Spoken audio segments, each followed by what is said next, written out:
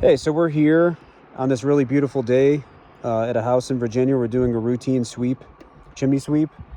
The current setup is a wood stove, a freestanding wood stove in the living room. It vents into a masonry chimney, and then within the masonry chimney, there is a stainless steel liner, round liner, insulated, which vents through. And so the first step we're going to do is clean this liner out.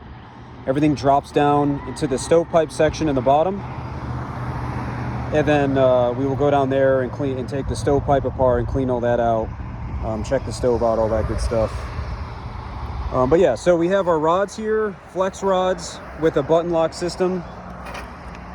As you can see, drill attachment connects to it, and then there's a nylon brush at the end of all of these rods. Spins while you're using the drill. Pretty straightforward, pretty simple. All pretty standard stuff.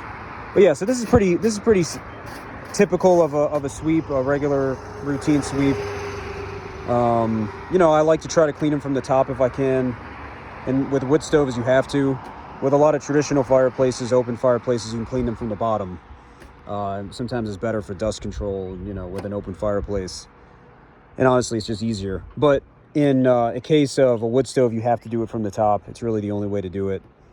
So yeah, let's get into it, kind of show you everything. Yeah, so let's start cleaning this out a little bit. Actually, let's show you what it looks like down in there. So as you can see, decent amount of buildup.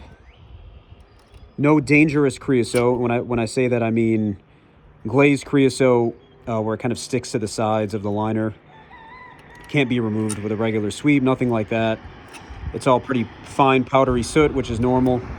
And this was cleaned the same time last year, so this is pretty standard for pretty heavily used wood stove for one season. So yeah, we'll see what it looks like afterwards. All right, set that to the side here. The nice thing about these flex rods is you can kind of bend them, you can kind of move them. You don't have to stay in one spot. I'm also holding the phone with one hand, so it's tricky to do it with two hands, with only one hand.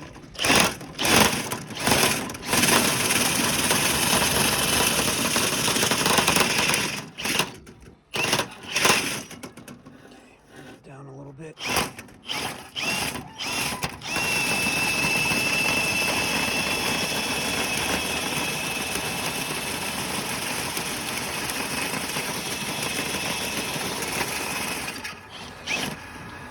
All right, so we made it past one rod. I'm gonna have to set the phone down for a second here.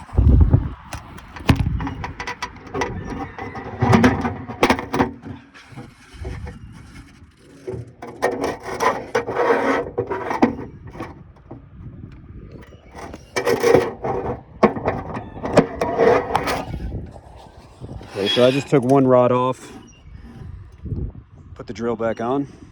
As you can see, stuff is coming out here. I like to see that. It's pretty dirty. I would say standard though this was heavily used. Almost a primary heat source. All right, keep going here.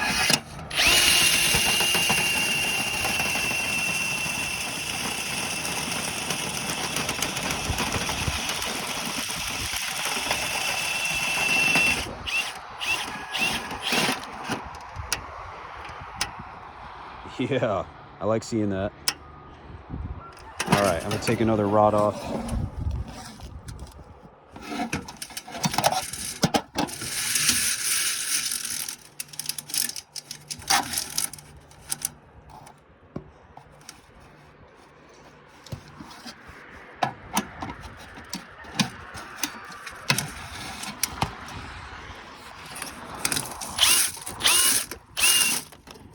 We're down to our half rod. The brush is almost out. Yeah, that's good.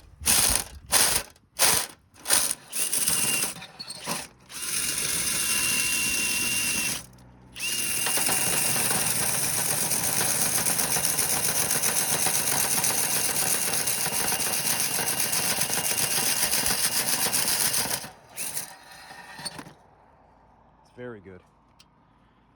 All right, I'll give you an angle from here, kind of show you.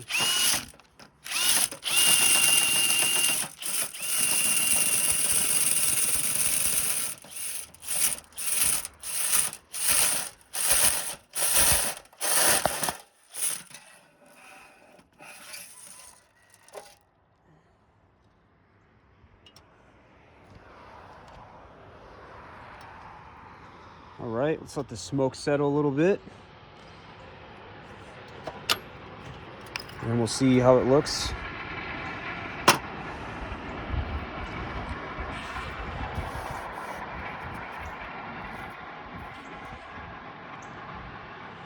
All right, you can kind of see down there now. Yeah, that's a lot better. You can see the bare metal again. Now, I really like these round liners. They're very good. They are a lot better in preventing issues than the traditional clay flue tiles, the square or rectangular tiles. Those had a tendency to either crack very quickly or build up pretty bad with creosote. They weren't as efficient, and these round liners are a lot better. And for the heavy use that this thing has had, it's in pretty good shape.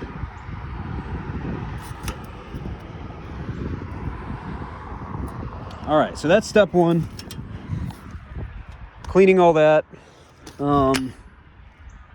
getting the liner clean, and then we're gonna go down and we're gonna look at the stovepipe down at the in the living room. So yeah, let's go downstairs and see how that's looking.